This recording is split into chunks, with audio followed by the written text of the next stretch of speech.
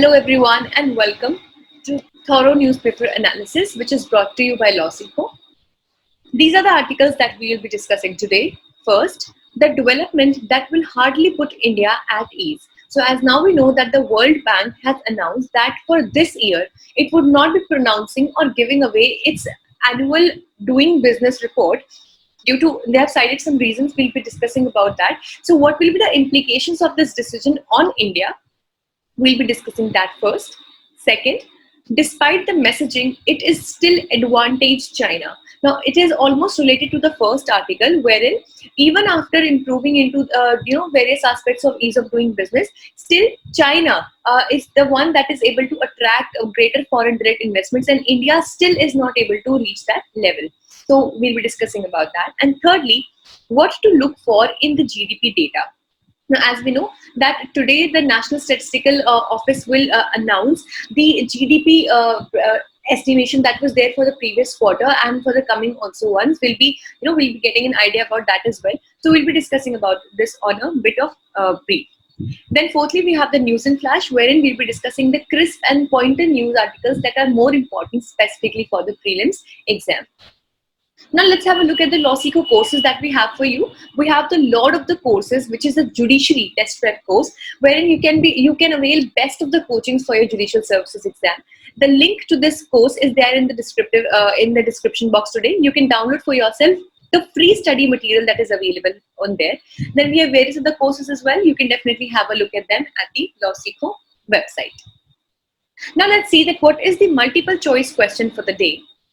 Doing business report is released annually by, so perhaps you'll be definitely be able to answer by now only. So you have to tell that is it released by Asian Development Bank, or second, International Monetary Fund, third, World Bank, or fourth, World Trade Organization. Now here is the descriptive question for you all. How can India become a manufacturing hub? What are the weaker areas where improvement is required? So the answer to this has to be written within a word limit of 250 to maximum 300 words. Now with this, let's start the first one, which talks about World Bank's doing business report. Now, as we just discussed, that the World Bank has announced that its annual doing business report. So this also should be kept in mind that this is an annual report. Many a times a question from prelims can pop up as to whether doing business report is an annual or biennial report, or for that matter, a question might come. So the World Bank has announced that for this year, it would not be releasing or putting forward its doing business report, because it is not able to rely on the data which is coming from a few countries. And that is why, due to this irregularity or this lack of authenticity in this data, due to this, they are not releasing the ease of doing ease of doing business report this year. And rather, they have said that instead of this, what we'll be doing is that for the last 5 years, whatever situations and growths have taken place in a country, we'll be evaluating them all together, and that will be the criteria for this year. Now, this has become a bit of, not a very good news for India, because considerably what is happening is that India has grown as a market for business, and it has moved better in the ease of doing business scenario from the last 2 to 3 years. So mostly 2 years alone. So now if we actually are relying on the 5 years, then it really becomes difficult, because then there is a high chance that the very ranking of India might get deteriorated, and obviously it would not send a positive message at the global economic world. Now first, let's understand that what is the ease of doing rankings. Basically, economies are ranked on their ease of doing from 1 to 190. So we can understand that here 190 nations in total are evaluated, and of them the rankings are done from 1 to 190. In a very simple language, let's understand that what do we mean by ease of doing business. Now consider that you are an entrepreneur and you want to open a new business. Now you have a choice of 2 countries that is going on. Firstly, there is country A, which provides you good laws, good security, good banking facilities. You have good labor over there. Manufacturing over there is very easy. A good market is available. The laws are not that stringent. The taxation is not that high, and every good thing. And there is another country B, wherein the taxation is quite high. Then the control is not very democratic. Then the peace or this dispute settlement system is not really very good. There is no proper availability of labor, or labor laws are not into proper functioning. And also maybe there are no other perks through taxations or concessions that are available. Now, as an entrepreneur, which country would you prefer to continue or start your business in? But obviously the first country. Now that is actually providing the conditions that ease the process of doing a business. Now this business could be opening a business, functioning or running a business, and even closing down a business, because many a times, even in the case of India also, it happened that here comparatively earlier, neither opening a business was easy and nor the closing of that business was easy, due to various legal and other kind of to say implications or other kind of limitations that were there. But now, since some years, the government of India has been, dwelling more into this issue, and we are making the environment, the economic environment, more conducive for the foreign direct investments. That is, the foreign countries to come into India and make investments. Now, a very good example to this is like very recently, Google has agreed to spend approximately $10 billion in India from the next 5 to 7 years, which is a very huge investment. So definitely they must have seen something conducive, and to say also something really favorable for their own business. That is why they are coming to India and investing. But here the mere question is that, does the doing business report, which is given by the World Bank, really add to the value of the economic or ease of doing business atmosphere of the country, or is it just a number? Now let's see that what has been the report estimation for India. India has seen improvement in the ranking as a means to attract FDI, as we just discussed, which is needed for Make in India. Now, as we know that the Make in India initiative of the government focuses more and more on the domestic manufacturing and making the products within India.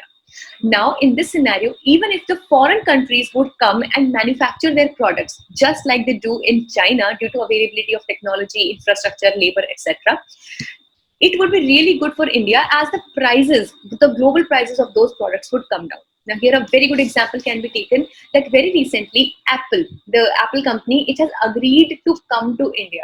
Now, this should not be confused with, and because we might not think that the prices of the Apple products would come down, because in India, they have not agreed to manufacture their stuff and technological gadgets in India. It is just a matter of assembling, just the way it is in China. So still, that means even China and also India, we are not able to meet the standards of manufacturing the Apple products, and that is why we have only gotten the contract or the task to assemble the products. Now, if you might have seen any Apple product, mostly the iPhone, you must have seen that it is manufactured and designed in California, and it is to say it is gathered, or it is collected, it is just made as a final product assembled in China. So that is only the task that we have been given. So this is actually also going contrary to the ease of doing thing that we were actually improving at, because still we are not able to gain a lot of manufacturing contracts from the foreign investors. Now here it says that there will be an increase in the manufacturing sector share in GDP to 25%, but still, even after 4 to 5 years of this, we are still at 16 to 17% where we were initially. Then it said that it would create 100 million additional jobs in manufacturing sector by 2022, but that is not the scenario. We'll discuss that in the very next slide. So let's see that how this decision of not releasing the doing business would affect India. Firstly, decision to audit the previous reports makes India's sharp increase in rankings doubtful. Now, as we know that the ranking of India had actually improved, and that it has not been really substantiated by the real life situation which is going on. And according to the Center for Global Development, the improvement in India's rankings was almost entirely due to methodological changes. Basically, they say that it was not actually any kind of growth or real ease of doing business that India provided. Rather, the methods through which this entire data was calculated by the World Bank, this method was actually changed to a bit, and that is why, due to the change in the methodology or the criteria for calculating the ease of doing business, that was the only reason that India actually came up in the rankings, and nothing else has actually changed on the ground. Now here we see that India's ranking from 142 in 2014 had remarkably, it shot up to 63 in 2019, which was very much celebrated. We actually were very, we were very happy that we have done great in attaining such high position in the ease of doing business stuff and all. But if we actually try to corroborate it or relate it with the real life or the real ground situation, it is very ironical. Because as was promised that the share of the manufacturing sector in the entire GDP would raise up to 25%, but it is still till date stagnant to just 16 to 17% as it was back in 2014. Secondly, it promised that about 100 million jobs would be provided till 2022, and as we know, we're just 2 years behind of 2022. But till date, 2.3 million jobs have been lost. So it's just not even a positive number, rather a negative one. So 2.3 million jobs have been lost between 2011 and 19. Then next, annual GDP growth rate in manufacturing fell from 13.1% to surprisingly zero in 2019-20. Now, obviously, we know that the slowing down of the economy in India first, and then the COVID-19 that has actually halted the economic activities, and specifically the manufacturing activities, has led to this. But still, from 13.1% to direct 0% is very ironical. And this is this has been given by the National Accounts Statistics. Then dependence on China imports increased. Just very ironical to the attracting of the FDIs in India and making the Make in India plan more workable in India. It has just worked in the opposite direction.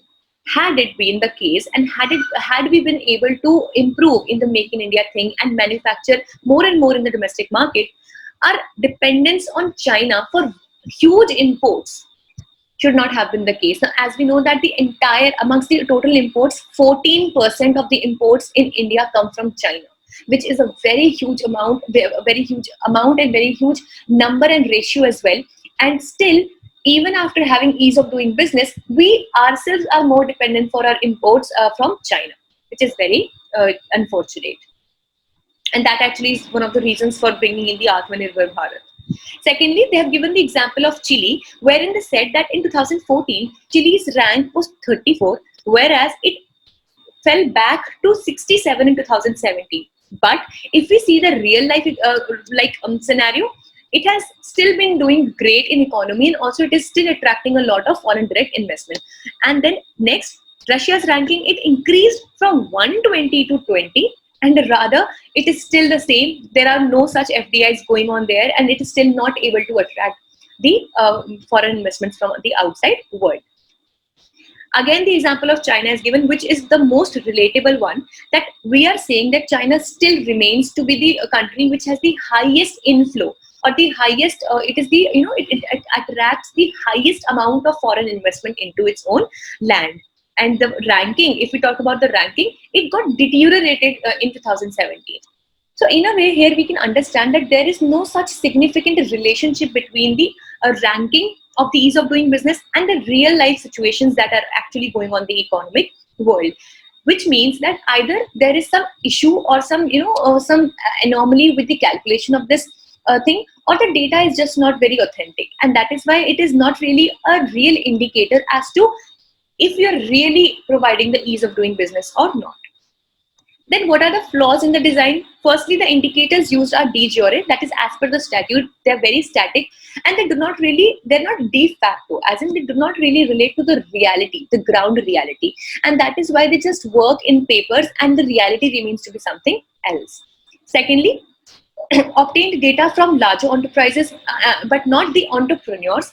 So, for example, in India also, while calculating the ease of doing business, the World Bank collects data only from two major cities, that is Delhi and Mumbai. And the other cities, they're just left behind. So obviously, if you're just analyzing your data upon such small criteria or such small area you're collecting the data, so how can you apply the data on the entire nation? Thirdly, lacks reliability and objectivity. And fourthly, as we just discussed, there is no correlation between doing business rankings and the enterprise surveys. So this was all for this article. Now the next article here is more or less related to the first article itself.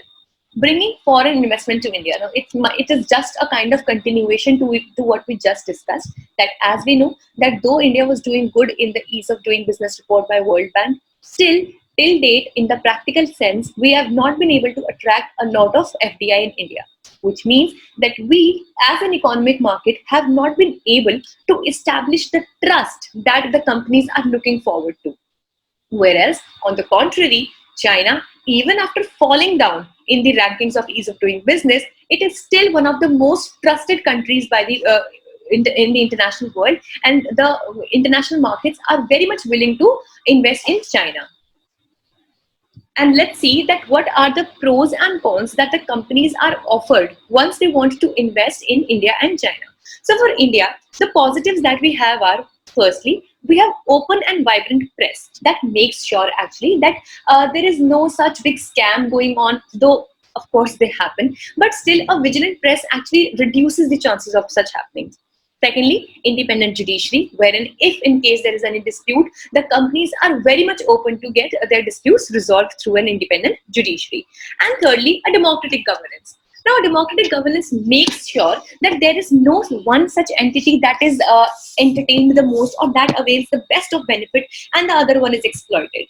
But on the contrary, the case and situation for China is not the same. Now, let's see that what are the positives for China. China offers, which actually is a very, one of the most obvious things that we can think of, and one of the biggest reasons why China is always able to attract such great amounts of FDI into itself. Firstly, better manufacturing infrastructure and skill level, because obviously the companies who want to manufacture something have very favorable conditions in China because they have the entire infrastructure that they need for manufacturing their stuff. They also have very highly skilled labor, and the skills, other skill sets are also available. Then it allows quick innovation and massive industrial zones, unlike India. Then what are the cons or the negatives that we have in India? Firstly, policies favoring domestic counterparts such as taxation on e-commerce and education providers. Now we know that since Atmanirbhar Bharat, and even before that, we have been trying to protect the domestic manufacturers to boost the domestic market in India. One such example is that when India had to join the Regional Comprehensive Economic Partnership with the 10 ASEAN nations plus 5 others, till date, it has still backed out from joining the RCEP because it knew that had it joined RCEP, this entire free trade agreements with so many nations would have laid so much pressure on the domestic manufacturers, and they definitely would not have been able to compete with the global competitors, be it in the terms of quality, quantity, or even the price. That is why India could not be a part of this, the biggest free trade agreement of the world. This is one of the reasons as to why other foreign investors also do not want to come to India, because we have laws that focus more on the domestic manufacturers and less on the foreign investors. Whereas the negative for China in China is that it is undemocratic. So as we know that anything and everything in China is regulated by the Communist Party of China, and whatever has to be done, whatever has not to be done, it is decided by Communist Party of China, and thus there is no such democracy in decisions or even in benefits to avail in China. Then for next, let's see that what can be the steps that can be taken. Firstly, we should improve the industrial bases which are consistent with the WTO. So there are some guidelines which are given by the World Trade Organization. We should make sure that such zones or industrial bases are provided into the similar guidelines. And then frame a policy that is transparent, predictable, and provides increased consultations. Now let's see that what were the WTO's ruling on India's special economic zone. Basically, it said that we were not relying on the guidelines that were provided by WTO, and that is why these SEZs were not given that value that they had to be given. That is why for future we should take care that whatever economic benefits, concessions, or anything like exclusive economic zones that we are providing, the special economic zones that we are providing, they should be very much in line with the guidelines provided by the WTO, and that is how we will be able to be at par at the global level. Now the next and the third one for the day is India's GDP data. Now, as we just discussed, that today the National Statistical Office will release India's GDP estimates for the first quarter of this financial year. And as we know that the expectations cannot really be very good here, because from the very beginning of the first quarter itself, now we know that the quarter begins from 1st of April. That was the very time when the first lockdown was pronounced, just a few days before that. And for the whole first quarter, the activities that could boost the economy were actually majorly at halt. And that is why, let's see that what could be the sector-wise impact on the sectors. So the worst affected sectors are the manufacturing, as we just discussed, which is one of the reasons as to ease of doing business has even deteriorated in India. Construction, trade, and hotels. Then the least affected were the agriculture and public administration. Now, as we know, that public administration had to go on no matter what, because it was one of the key areas or key departments that were working to fight this COVID-19 pandemic. And for agriculture, as we know that due to the spatial differentiation and also due to various other reasons, COVID-19 did not really hit very hard in our rural areas. And that is why the agriculture could flourish even in a better situation. And secondly, the good and bounty rains that occurred this year have further made the cropping more even better. And no consequences have been seen majorly on the mining, acquiring electricity and other utilities. They have been going almost the way they were going earlier. So let's consider that what are the basic reports that we have been discussing. So according to the GST Council meet, it says that huge deficit is there in the GST revenues. Then according to the Export Preparedness Index, it says that hilly and landlocked states were at the end. Then according to the McKinsey Employment Report, it says that India needs to create 90 million jobs over the next decade, which is a very big goal to achieve. And then, as we know, that ease of doing business report, please mind this had to be World Bank. So it has been halted by the World Bank ranking, and it is due to its irregularity that it is citing. So let's see that what actually will be having the GDP counts. So news in flash. Firstly, Karnataka Chief Minister flags train to Solapur. So basically it is a maiden roll-on, roll-off train which will be running from Bangalore to Solapur. It will be the first train that will transport 42 loaded trucks on open flat vehicles. Then the Toy City of India. PM Modi has recently, in his recent Mann Ki Baat, he emphasized for going, as we know, vocal about the local toys. So Channapatna is known as the Toy City of India. This can be a very potential question from prelims as to which city is known as the Toy City of India. So it is Channapatna. So it has earned this sobriquet of Toy City, or in the local language it is called as Gombegala Uru, which is tracking back to at least 200 years. So this is the Toy City of India. Thirdly, Brazil's largest wetland, which is the world's largest wetland as well, is under fire.